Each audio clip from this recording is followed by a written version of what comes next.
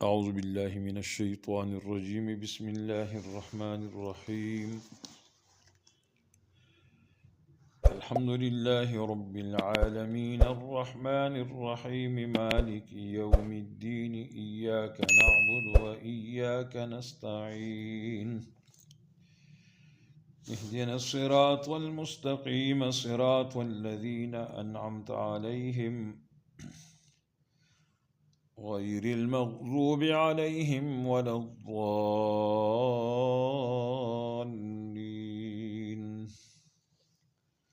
صدق اللہ العظیم۔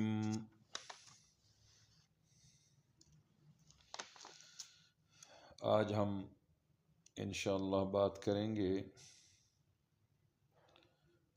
اعوذ باللہ اور بسم اللہ کے احکام اور مسائل کے بارے میں۔ اعوذ باللہ من الشیطان الرجیم کو تعوذ کہا جاتا ہے، اور قرآن کریم میں ارشاد ہے فَإِذَا قَرَأْتَ الْقُرْآنَ فَاسْتَعِذْ بِاللَّهِ مِنَ الشَّيْطَانِ الرَّجِيمِ، جب تم قرآن کی تلاوت کرو تو اللہ سے پناہ مانگو شیطان مردود سے۔ قرأت قرآن سے پہلے تعوذ پڑھنا باجماع امت سنت ہے، خواہ تلاوت نماز کے اندر ہو یا خارج نماز ہو۔ تعوذ پڑھنا تلاوت قرآن کے ساتھ مخصوص ہے، علاوہ تلاوت کے دوسرے کاموں کے شروع میں صرف بسم اللہ پڑھی جائے گی، تعوذ مسنون نہیں ہے۔ جب قرآن شریف کی تلاوت کی جائے اس وقت اعوذ باللہ اور بسم اللہ دونوں پڑھی جائے۔ درمیانی تلاوت میں جب ایک سورت ختم ہو کر دوسری سورت شروع ہو تو سورہ برات کے علاوہ ہر سورت کے شروع میں مقرر بسم اللہ پڑھی جائے گی، اعوذ باللہ نہیں۔ اور سورہ برات اگر درمیانی تلاوت میں آ جائے تو اس پر بسم اللہ نہ پڑھے، اور اگر قرآن کی تلاوت سورہ برات ہی سے شروع کر رہا ہے تو اس کے شروع میں اعوذ باللہ اور بسم اللہ پڑھنا چاہیے۔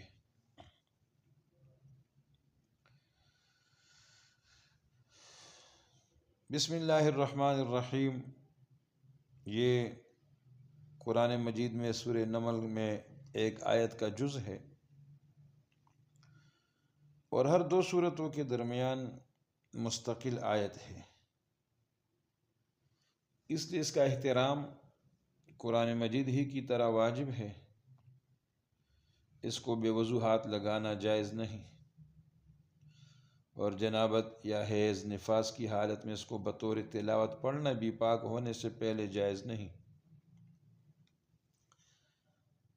ہاں کسی کام کے شروع میں جیسے کھانے پینے سے پہلے بطور دعا پڑھی جائے تو وہ جائز ہے۔ پہلی رکعت کے شروع میں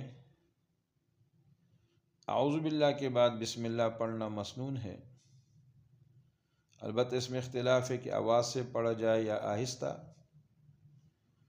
تو امام اعظم ابو حنیفہ رحمۃ اللہ علیہ اور بہت سے دوسرے ائمہ آہستہ پڑھنے کو ترجیح دیتے ہیں۔ پہلی رکعت کے بعد دوسری رکعتوں کے شروع میں بسم اللہ پڑھنا چاہیے، اور اس کے مسنون ہونے پر سب کا اتفاق ہے، اور بعض روایات میں ہر رکعت کے شروع میں بسم اللہ پڑھنے کو واجب کہا گیا ہے۔ نماز میں سورہ فاتحہ کے بعد سورت شروع کرنے سے پہلے بسم اللہ نہیں پڑھنا چاہیے، خواہ وہ جہری نماز ہو یا سری، نبی علیہ السلام اور خلفائے راشدین سے ثابت نہیں ہے۔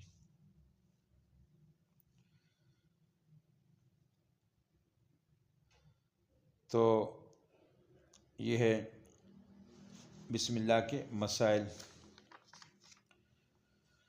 بسم اللہ الرحمن الرحیم یہ تو سورہ نمل کا ایک جز ہے، اور سورہ توبہ کے سوا ہر سورت کے شروع میں لکھی جاتی ہے۔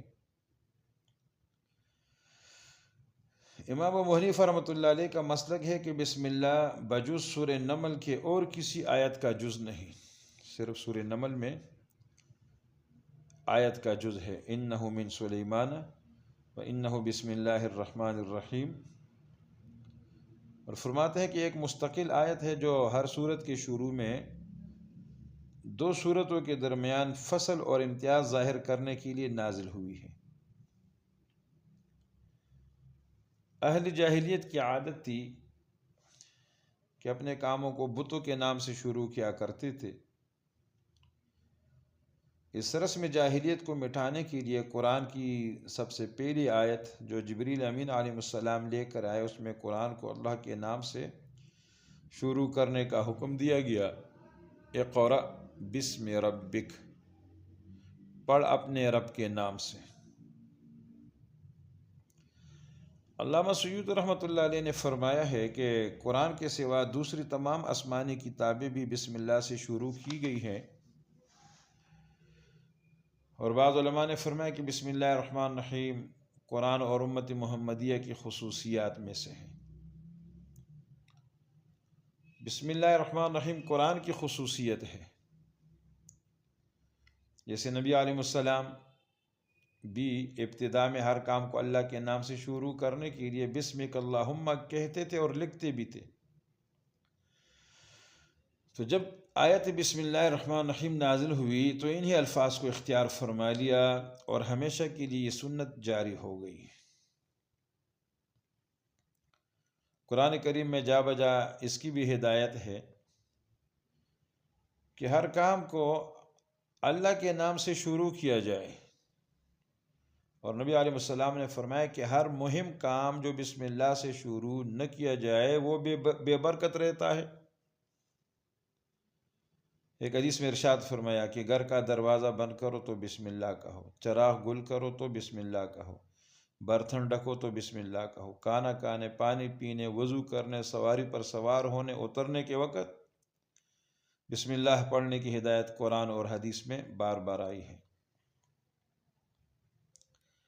اسلام نے ہر کام کو اللہ کے نام سے شروع کرنے کی ہدایت دے کر انسان کی پوری زندگی کا رخ اللہ کی طرف اس طرح پھیر دیا ہے کہ قدم قدم پر اس حلف وفاداری کی تجدید کرتا ہے کہ میرا وجود، میرا کوئی کام بغیر اللہ کی مشیت اور ارادے اور اس کی امداد کے نہیں ہو سکتا۔ کافر بھی کھاتا پیتا ہے اور مسلمان بھی، لیکن مسلمان کی زندگی کا مقصد جو ہے وہ کھانے پینے کے وقت بھی اللہ کو یاد کر کے اس حلف وفاداری کی تجدید کرتا ہے کہ میرا یہ کھانا، میرا یہ پینا اور اس کا جزء بدن بن جانا، لہذا یہ اللہ تعالیٰ کے ارادے اور مشیت سے ہے۔ تو یہی لقمہ، یہی پانی کا گھونٹ، اس کے لیے اس پر ثواب لکھا جاتا ہے۔ ہر مومن مسلمان سونے سے پہلے اور بیدار ہونے کے وقت اللہ کا نام لے کر اللہ کے ساتھ اس طرح اپنے رابطے کی تجدید کرتا ہے جس سے تمام دنیا اور معاشی ضرورتیں ذکر خدا بن کر عبادت میں لکھی جاتی ہیں۔ تو اس لیے ہمیں یہ تعلیم دی گئی ہے کہ بسم اللہ الرحمن الرحیم ہر کام کے شروع میں کہنا چاہیے۔ اب یہاں پر ایک مسئلہ یہ بھی ہے کہ قرآن کی تلاوت شروع کرنے کے وقت اعوذ باللہ اور بسم اللہ پڑھنا سنت ہے، اور درمیانی تلاوت بھی سورہ برات کے علاوہ ہر سورت کے شروع میں بسم اللہ پڑھنا سنت ہے۔ بسم اللہ الرحمن الرحیم، بسم اللہ یہ جملہ 3 لفظوں سے مرکب ہے، با، اسم اور اللہ۔ اور عربی زبان میں اس کے بہت سے معنی ہیں، جن میں سے 3 معنی مناسب مقام ہے۔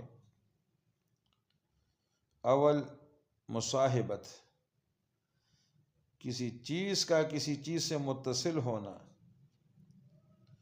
دوسرا معنی استعانت، کسی چیز سے مدد حاصل کرنا۔ اور تیسرے، تبرک، کسی چیز سے برکت حاصل کرنا۔ تو بسم اللہ کے نام سے شروع کرتا ہوں،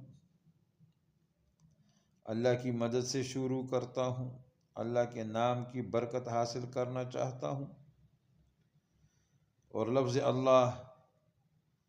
اللہ کے ناموں میں سب سے بڑا اور جامع نام ہے۔